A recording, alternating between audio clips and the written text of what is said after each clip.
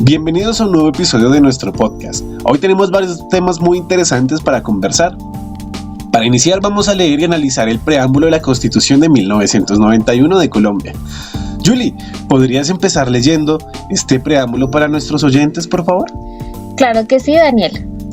El pueblo de Colombia, en ejercicio de su poder soberano, representado por sus delegatorios de la Asamblea Nacional Constituyente, invocando la protección de Dios, y con el fin de fortalecer la unión de la nación y asegurar a sus integrantes la vida, la convivencia, el trabajo, la justicia, la igualdad, el conocimiento, la libertad y la paz, dentro de un marco jurídico, democrático y participativo que garantice un orden político, económico y social justo, y comprometido a impulsar la integración de la comunidad latinoamericana, decreta, sanciona y promulga la siguiente Constitución.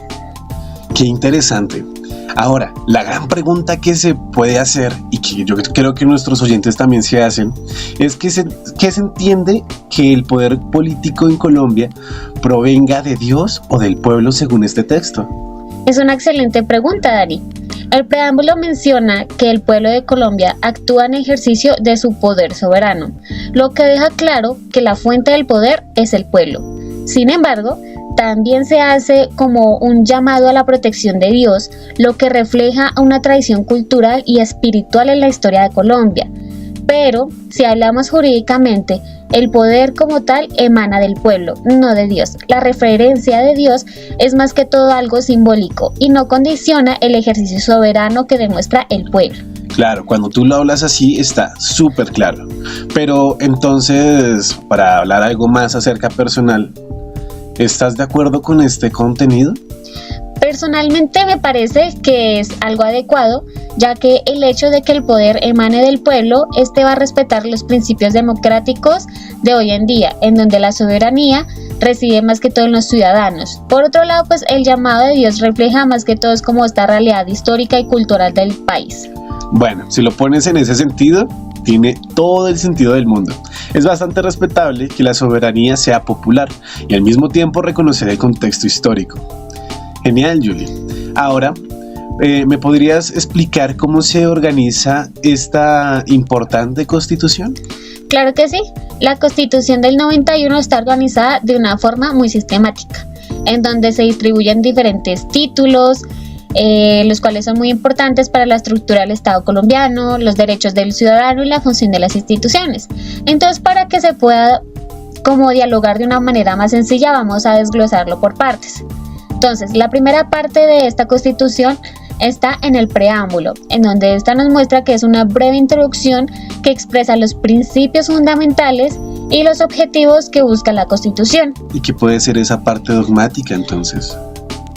Esta parte incluye más que todo lo que son los derechos fundamentales de los ciudadanos. Entonces, aquí se va a dividir por títulos y por capítulos, en donde el título 1 hablará sobre los principios fundamentales, en donde se establecen los principios que rigen el Estado, como lo son la soberanía, la dignidad humana y el respeto a los derechos. En el título 2 ya hablaremos sobre los derechos, las garantías y los deberes de los ciudadanos. Por otra parte, esta parte se va a dividir como en 3 capítulos, los cuales son como lo más extenso de la Constitución, que es el capítulo 1, hablará sobre los derechos fundamentales, los cuales son el derecho a la vida, la igualdad, la libertad de expresión, entre otros derechos. El capítulo 2 nos hablará más que todo sobre los derechos sociales, lo económico y lo cultural, en donde está involucrado el derecho al trabajo, la educación y la salud. Y por otra parte, el capítulo 3 nos hablará sobre los derechos colectivos y el ambiente, en donde todos tenemos derecho a un ambiente sano, y derechos de los consumidores también. Por otra parte, también se va a dividir en una parte orgánica, el cual se define que está organizado por el Estado en unas funciones de cada poder público. Aquí se menciona el título 3, que es sobre los habitantes y el territorio. También hablaremos del título 4, que es la participación democrática y los partidos políticos. En el título 5, se va a organizar como la estructura del poder público, el cual es el legislativo, el ejecutivo y el judicial. En el título 4, En el título 6 ya hablaremos más que todo sobre la rama legislativa, que es como todas estas funciones que tiene nuestro Congreso. En el título 7 es la rama ejecutiva, que son las funciones de nuestro presidente. En el título 8 es la rama judicial, que esta va a incluir los tribunales y los jueces. Por otro lado, también tenemos el título 9, que habla sobre las elecciones y la organización electoral. También tendremos esta otra parte, que es los mecanismos de control. En este punto se encontrará el título 10, que hablará sobre los órganos de control. Aquí es donde se vigilan el cumplimiento de las leyes. También tenemos la reforma a la Constitución, que se hablará en el título 13 sobre la reforma como tal. Y por último ya tenemos lo que son pues las disposiciones finales. Aquí encontraremos cómo se va a regular toda la institución, cómo se va a aplicar, qué cambios se pueden implementar y sus principios. Perfecto, ok.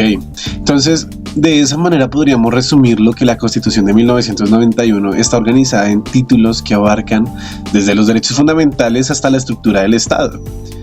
Y dentro de eso están los mecanismos de control, y cada título aborda un aspecto clave de la vida política y social del país, ¿cierto? Exactamente, Daniel. Esto es una estructura clara que busca asegurar tanto los derechos del ciudadano como el correcto funcionamiento de las instituciones y la participación democrática. Ok, me parece perfecto. Ahora, desde la participación democrática podríamos también empezar a hablar desde de las esferas, ¿no? De las esferas públicas y las esferas privadas. Entonces, con esto podríamos decir que de estos dos grandes conceptos, la esfera pública y la esfera privada, nos comentan dos fotografías que tú tomaste, ¿cierto? Que en este momento para nuestros televidentes o para nuestros oyentes están viendo en sus pantallas. ¿Y esto a qué nos tiene reflejado o qué nos tiene preparado para hoy? Claro que sí, yo he preparado dos fotografías que son de mi autoría, en donde en cada una de ellas se va a reflejar la representación de estas esferas. En la primera esfera, en la primera fotografía que podemos observar, aquí se ven cómo los estudiantes marchan con sus pancartas de una forma pacífica, tranquila, luchando por sus derechos y su educación, lo cual en ocasiones es muy injusta, ya hablando en temas económicos, políticos y sociales. Ya que pues se han encontrado varias injusticias dentro de las instituciones. Por ello, los estudiantes salen a marchar pidiendo por sus derechos y que haya una educación de calidad. Por ende, esta esfera pública, aunque pues muchos de nosotros nos sentimos más cómodos como en nuestra vida privada, en nuestras casas, tratando y alejándonos como de lo que está pasando en el mundo, pues estos espacios nos van a permitir también a contribuir las relaciones que nos están afectando en nuestro día a día. Aquí también pues nos va a permitir cómo tomar estas decisiones para poder alzar las voces de los estudiantes y que ellos sean también escuchados. Ya en la fotografía 2 que podemos ver, en esta esfera se representa lo privado. Aquí les muestro un poco sobre mi rincón de los hobbies. Aquí disfruto mucho pues hacer mis manualidades, ya sea en la elaboración de bolsos, de llaveros, de collares e incluso en la decoración de esferos, ya que es un momento en donde yo me desconecto de la tecnología, del estrés de los trabajos, también de la sociedad un poco, y me concentro en algo que llena mi espíritu y me hace feliz, ya que al terminar puedo ver todo el trabajo que me ha costado hacerlo y ver que otras personas también disfrutan de mis pasatiempos, me anima a continuar e incluso a poder algún día llegar a montar mi propio negocio. Aunque a veces nosotros como sociedad tendemos a separar estas esferas de lo público y lo privado, ambas están profundamente conectadas, ya sea pues en el bienestar del encuentro en nuestra vida privada, ya que esta también va a depender de las cuestiones o de las gestiones que se estén generando en las esferas públicas, ya que si se está afectando todo este sistema público en algún momento de mi vida, también me afectará a mí. ¿Ok? Todo eso que nos cuentas es muy increíble, como esas dos esferas que pertenecen a mundos tan distintos realmente están conectadas. ¿Dirías entonces, mi querida Julie, que es imposible vivir plenamente en una sola esfera sin que la otra tenga algún tipo de impacto? Claro que sí, ya que pues las dos esferas, como lo había comentado, se complementan mucho, ya que lo que sucede en la pública va a afectar en nuestras decisiones y nuestro bienestar en nuestra esfera privada. Por ejemplo, hablando pues del ejemplo de que yo quisiera montar una empresa, si nuestra esfera pública se está viendo afectada, ya sea en el sector económico, en lo educativo, pues va a afectar directamente como a las decisiones o al futuro que yo tenga planeado. Me parece excelente, Julie. Me parece perfecto esa hermosa reflexión que les dejas a nuestros oyentes. Cambiando un poco de tema, hablemos ahora sobre la gran relevancia de la importancia del medio ambiente en Colombia. Vamos a responder algunas preguntas claves después de realizar una visita virtual a la exposición El Jaguar y las Mariposas, el Museo Nacional de Colombia, que explora la Reserva Natural de Chiribiquete. Julie, ¿estás lista para comenzar? Claro que sí, Daniel. Empecemos con la primera pregunta. ¿Puedes contarnos un poco sobre el Museo Nacional y cuál es su misión? Claro que sí. El Museo Nacional de Colombia es uno de los museos más antiguos de América, fundado en el año 1823. Este ha sido un pilar cultural de nuestro país, el cual está encargado de preservar y difundir la historia y el patrimonio colombiano. Este museo está ubicado en el antiguo Panóptico de Bogotá, en donde antes esta era una cárcel. Su misión es fomentar el conocimiento y la propagación del patrimonio cultural y natural de Colombia a través de estas exposiciones permanentes y temporales que van a abarcar lo que son el arte, la historia y la cultura de nuestro país. Perfecto. Ahora cuéntanos la exposición que visitaste. Julie, ¿de qué trata y cómo te pareció? Bueno, pues esta exposición del jaguar y la mariposa en el museo me pareció algo muy importante, ya que se centra más que todo como en la Reserva Natural de Chiribiquete, el cual es un patrimonio de la humanidad tanto por su riqueza como por su diversidad cultural. Aquí esta exhibición explora la relación simbólica y ecológica entre estas dos especies, las cuales son el jaguar y la mariposa, lo que va a representar la fortaleza y la fragilidad de nuestro ecosistema. Esta exposición también destaca la importancia de preservar este territorio tan sagrado para las comunidades indígenas que habitan allí y que han coexistido de una manera tan respetuosa con su entorno durante varios siglos. Esto también me pareció una experiencia muy educativa y emocionante, ya que no solo muestra la belleza del Chiribiquete, sino que también llama a la reflexión sobre esta necesidad de proteger este tipo de ecosistemas ante estas amenazas que se han presentado, como lo son la deforestación y la minería ilegal. Ok, ¿te puedo hacer una pregunta? ¿Crees que las nuevas generaciones de colombianos tendrían la mayor conciencia ecológica? ¿O qué podemos hacer para que cada uno de nosotros pueda apoyar esa conciencia?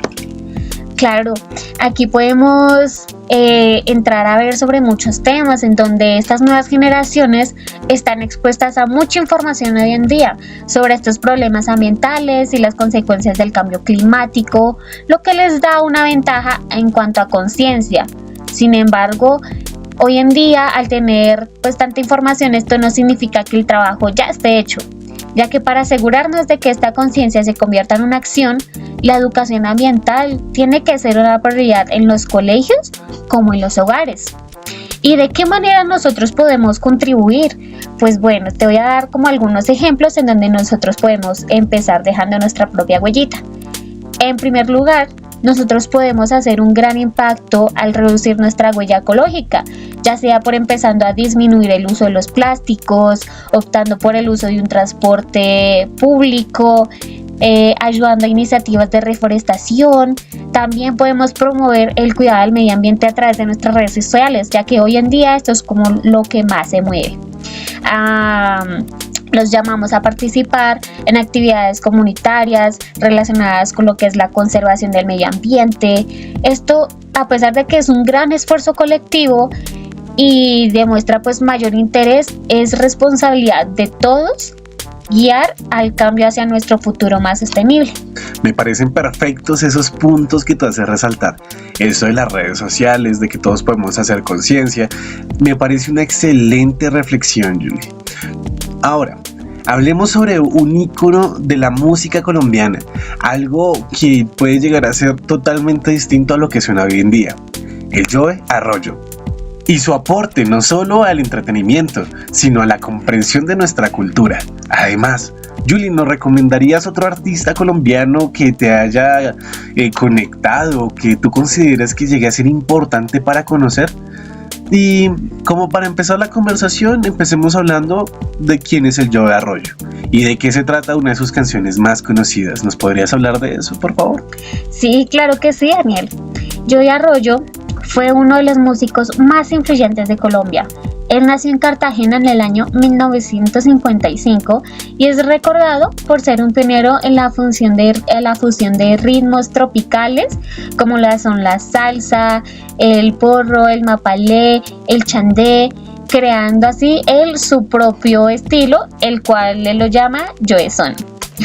A lo largo de su carrera, él revolucionó completamente la música popular, rompiendo así estas barreras y llevando los sonidos afrocaribeños a los escenarios internacionales. Una de sus canciones más reconocidas es llamada Rebelión. Esta pieza es una clave fundamental en su legado musical, ya que esta canción fue lanzada en el año 1986, en donde muestra una rebelión de los esclavos en Cartagena durante esta época colonial.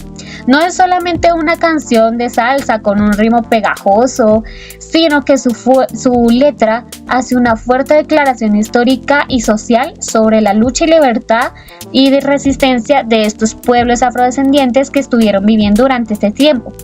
Arroyo también utilizó esta música para contar la historia de la esclavitud en Colombia y cómo los esclavos se alzaron en busca de una justicia y libertad.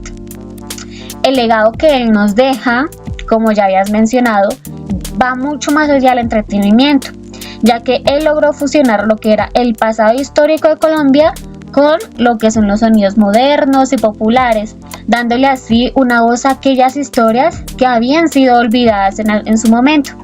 Hasta hoy en día, su música sigue inspirando a nuevas generaciones de músicos y es un símbolo de diversidad cultural y resistencia afroamericana. Por otro lado, ya recomendándoles también como músico que también ha marcado y que me gustaría que escucharan, me gustaría recomendar al Bulen Rap. Este es un músico que ha dejado una marca profunda en la música colombiana. Bulen Rap es un grupo de música colombiana que se destaca por su enfoque en la crítica social y política a través de su música. Una de sus canciones más importantes fue El Jaque Mate, ya que esta es una canción que aborda temas muy relevantes en la sociedad colombiana, lo cual su letra refleja lo que es la crítica profunda, tocando así temas como la violencia, la corrupción, la lucha por la justicia. Y al igual o parecido que a Joe Arroyo, él utiliza en su música herramientas para expresar esta frustración que sienten los colombianos ante una situación política y social del país.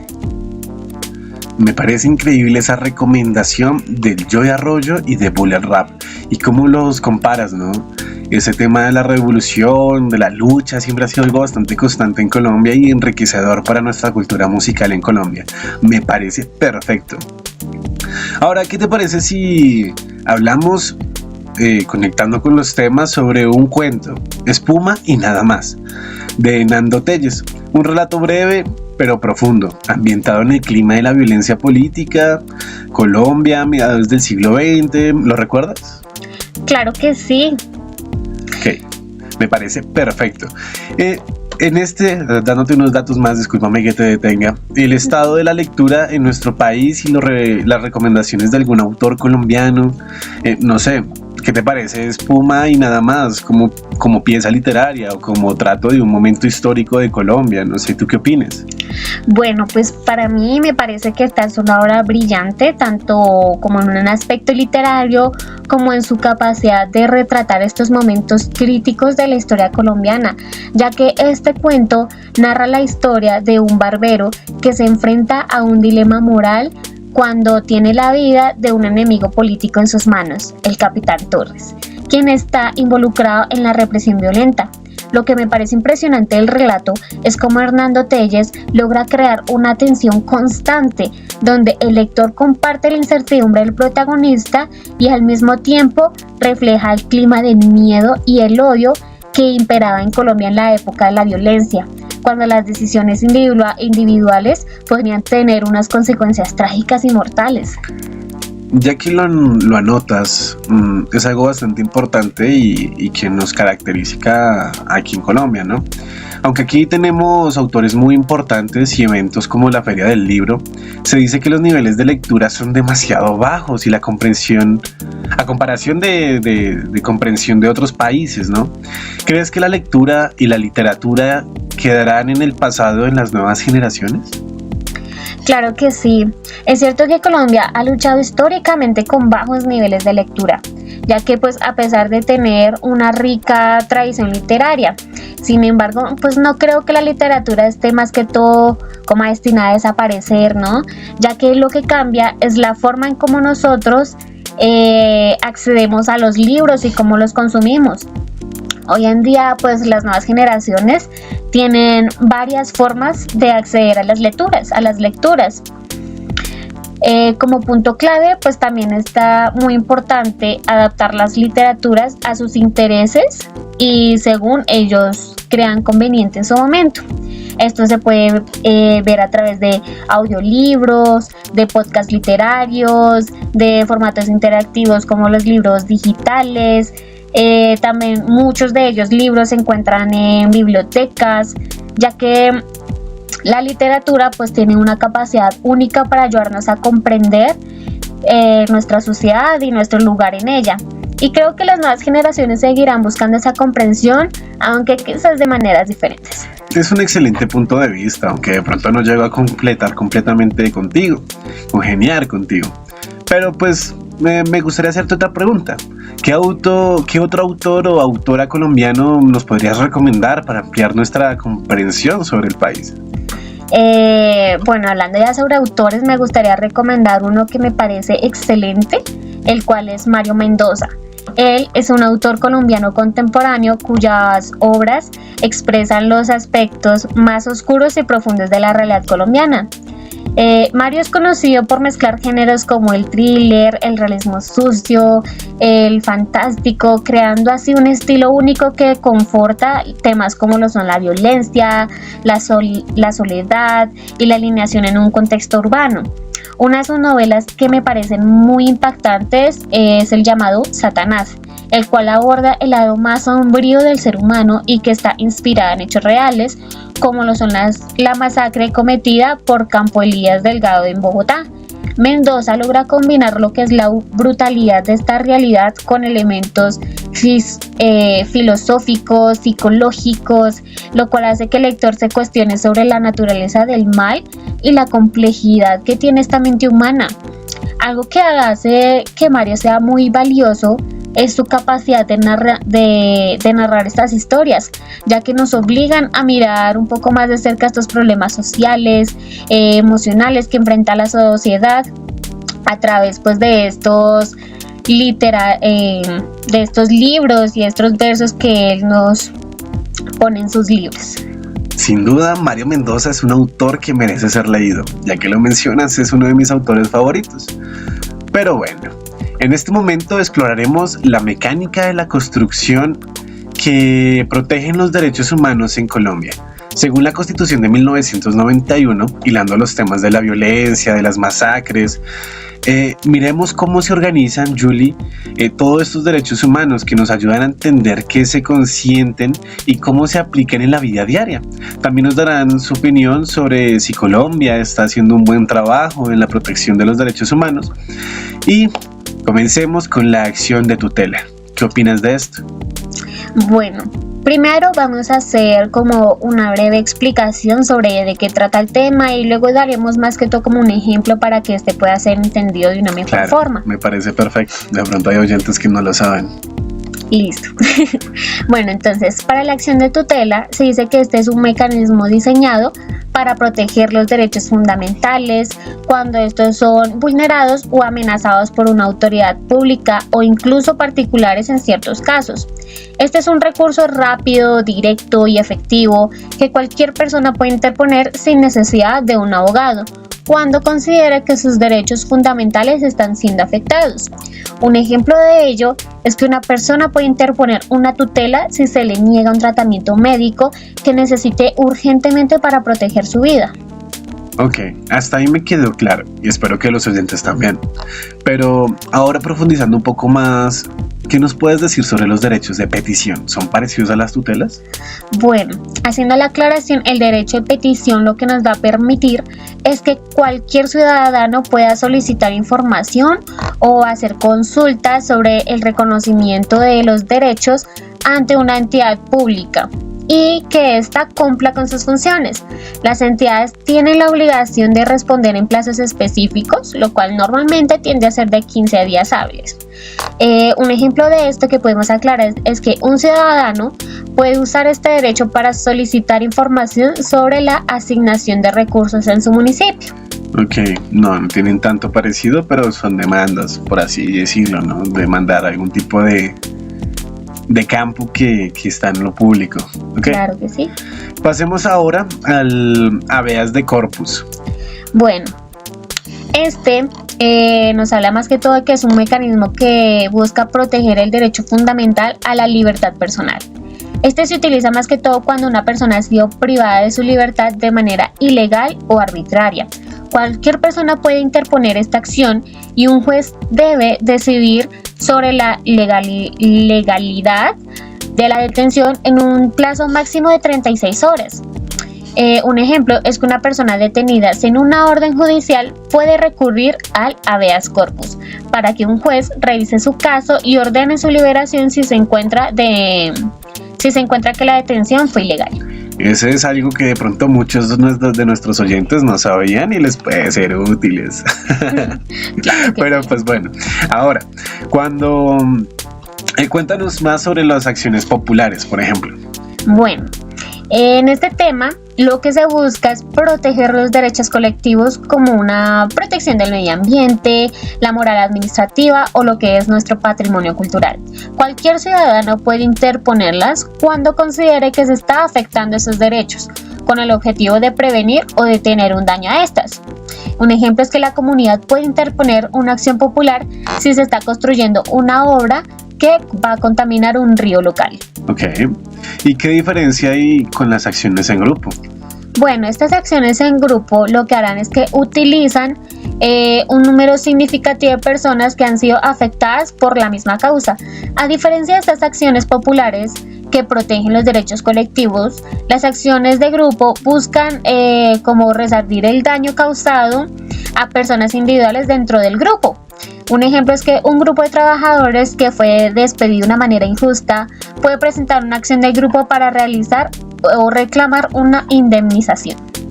Ok, y si no mal recuerdo también existen las acciones de cumplimiento, ¿cierto?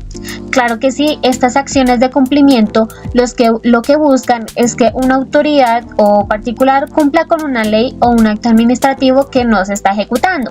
Es decir, si una entidad está incumpliendo una norma que beneficia a un ciudadano o comunidad, este puede interponer esta acción para que se cumpla con lo establecido.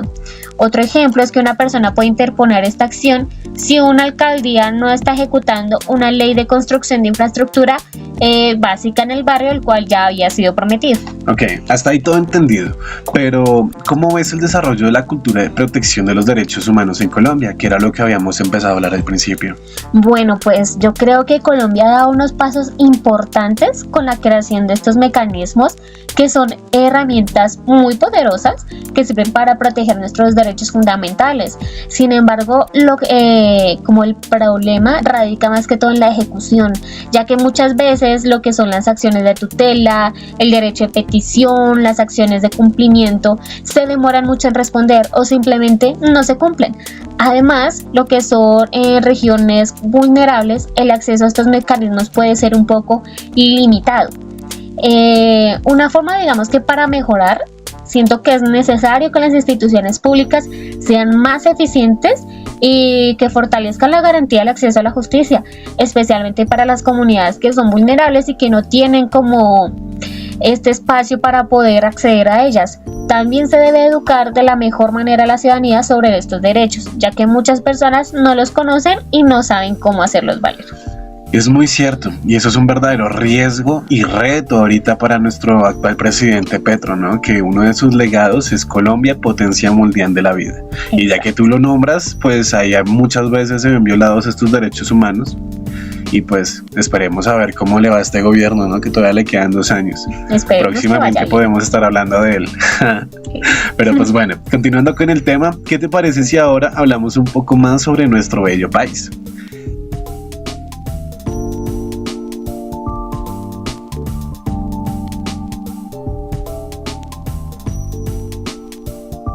Hablaremos sobre los animales en Colombia y en el mundo, cómo deberíamos representar nuestra relación ética y ciudadana con ellos.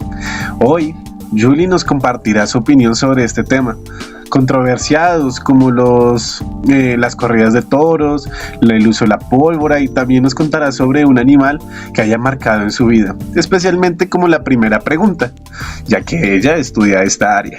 ¿Qué piensa sobre la prohibición de las corridas de toros y otros espectáculos con animales en Colombia?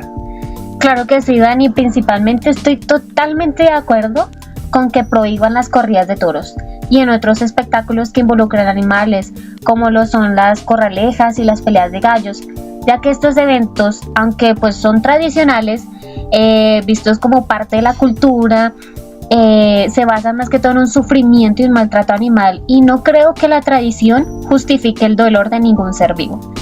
En el caso de estas corridas de toros, los animales pues son sometidos a un sufrimiento innecesario simplemente por entretenimiento, lo cual me parece algo absurdo y muy triste.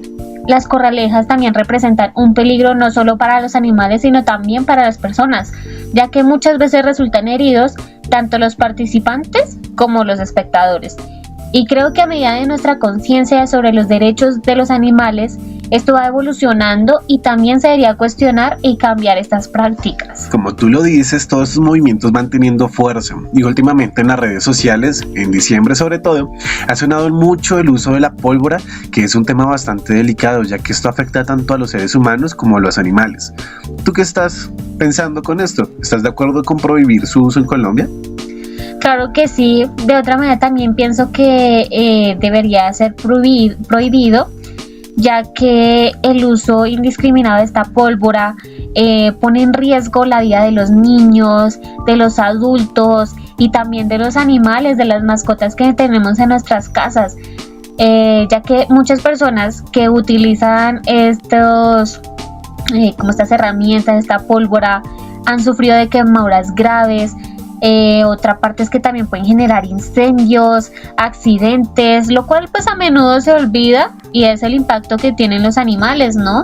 Como ya había mencionado, pues los animalitos que viven en nuestras casas, ya que pues muchos de ellos pueden causar pánico, lo cual los va a llevar a un estrés. Incluso en algunos casos se ha logrado evidenciar que han sufrido de infartos por el miedo a la pólvora.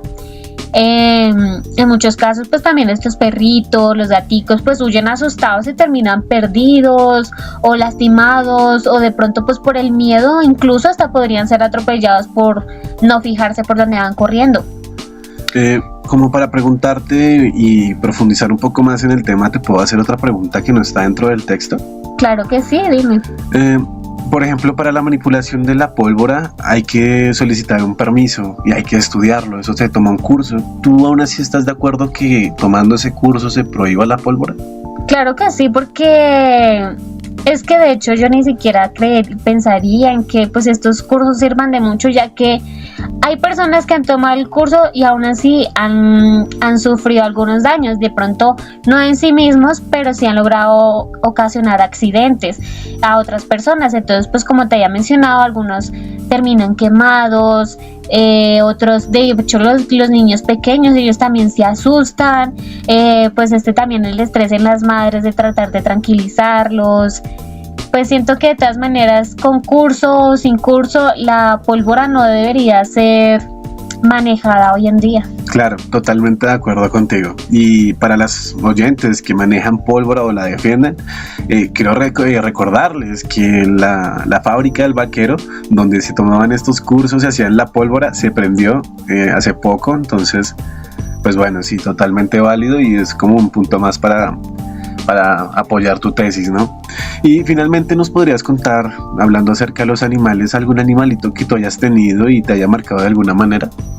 Claro que sí, pues recordando, digamos, hoy en día no cuento pues con un animalito que me haga compañía, pero en su momento yo tuve un animalito que pues realmente me marcó y fue mi perrito que se llamaba Tony. Él era un labrador que la verdad tuve por muy poco tiempo. Pues Tony era un cachorro, el cual pues fue abandonado en un parque. Mi hermana fue quien lo vio ahí solito y ella decidió llevarlo a la casa. Al llevarlo, pues mis hermanos y yo estábamos muy felices y tristes al mismo tiempo por saber la historia de este cachorro, ya que siendo tan pequeño fue abandonado. Mi madre, por otro lado, no estuvo muy de acuerdo en dejarlo en la casa, ya que pues el animalito necesita muchos cuidados, atenciones y más siendo así de pequeño. Pero con el tiempo ella también como que aprendió a quererlo. Tony también de alguna manera me enseñó que tener al cuidado de alguien se debe tener una gran responsabilidad y pues demostrar tanto amor que se puede entregar, ¿no? Es increíble cómo un animalito puede sacar de ti estos sentimientos tan profundos. Con el tiempo, pues Tony iba creciendo y ya no podíamos conservarlo más en la casa. Así que pues mi madre nos aconsejó dejarlo en el trabajo de mi padrastro, ya que es un parqueadero muy grande donde hay más perros con los cuales pues Tony podía compartir. Él seguía siendo un cachorro cuando lo llevábamos, pero ya digamos que ya había crecido, ya era un cachorro más grandecito, ya podía correr, jugar con otros animalitos, pero creo que en un descuido, porque pues también hay cierta responsabilidad allí, pues lastimosamente Tony fue robado por un habitante de calle y hoy en día no sabemos cómo estará él, si estará bien o no, y pues de verdad yo espero que esté muy bien y lo estén cuidando. Qué historia tan bonita, Julie, bastante conmovedora, casi me haces llorar y todo, pero pues tienes toda la razón, los animales pueden ser verdaderos compañeros de vida y tienen mucho que enseñarnos, ¿no? Yo congenié mucho contigo con una de tus historias, me conmoviste de verdad. Por último, me gustaría que exploráramos el tema del liderazgo, ¿no? Tanto positivo como negativos en Colombia y el nivel internacional. Julie, comencemos con un líder colombiano que consideres positivo. Bueno, pues digamos que hoy en día, creo que un líder político positivo en Colombia que se ha visto pues hoy en día es Gustavo Petro, ¿no? Nuestro actual presidente. Aunque pues su gestión está apenas en sus primeras etapas, él ha abordado temas que son como cruciales, como lo son la paz, la justicia social y la defensa del medio ambiente. Su enfoque en la inclusión y en la búsqueda de diálogos con grupos armados es un paso significativo hacia la reconciliación de un país que ha sufrido décadas de conflicto. Además que también ha promovido estas políticas que buscan reducir la desigualdad, mejorar el acceso a servicios básicos para las comunidades que son más vulnerables. Y aunque él enfrenta muchas críticas y desafíos, su liderazgo representa una gran esperanza y cambio en un enfoque más humano y en la política. Estás totalmente en lo correcto. Yo también creo que Gustavo Petro es uno de los mejores presidentes actualmente y que es bastante positivo para Colombia. Aunque, pues, la oposición nos hace verlo distinto y ha tomado decisiones que son relativamente cuestionables, pero necesarias para el país. Estás totalmente en lo correcto. ¿Y a quién consideras un líder político negativo en Colombia? ¿Y por qué? Bueno, pues realmente considero que en nuestro contexto colombiano un líder que realmente ha sido negativo ha sido Álvaro Uribe Vélez. Aunque pues él ha tenido un impacto significativo en la política del país y ha sido presidente, pues su legado está marcado por la controversia, ¿no? Ya que es especialmente esta relación con los derechos humanos y la política de seguridad democrática, pues él ha demostrado durante su mandato que se denunciaron múltiples violaciones a los derechos humanos, incluyendo el escándalo de los falsos positivos, donde civiles fueron presentados como guerrilleros muertos en un combate, además de su estilo de liderazgo polarizador, como ha fomentado estas divisiones profundas en nuestra sociedad, lo que ha dificultado el diálogo. No se había logrado llegar a una reconciliación, ni tampoco como estas uniones o firmas de actos de paz contra las guerrillas y demás. Pasemos, para no indagar mucho en este tema tan controversial de Álvaro Uribe Vélez, pasemos ahora a un ámbito internacional que puede llegar a ser un poco más suave para hablar. ¿A quién consideras que sea un líder político positivo y que nutra a la sociedad? Bueno, pues digamos que también han habido mujeres en estos cargos políticos que han sido de suma importancia. Pues te quiero presentar a Jacinda Ardern. Ella es una ex primera ministra de Nueva Zelanda. Su estilo de liderazgo también ha sido pues ampliamente elogiado por su enfoque empático con las personas, su capacidad de manejar crisis con claridad, con compasión. Ella además también manejó la respuesta a la pandemia al COVID-19 de una manera muy efectiva. Ella implementó medidas rápidas que ayudaron a mantener la salud pública, a minimizar la propagación del virus. También ha sido una gran defensora de los derechos humanos, promoviendo así las políticas inclusivas en temas de género, diversidad y bienestar social. Bueno, ya que lo nombras,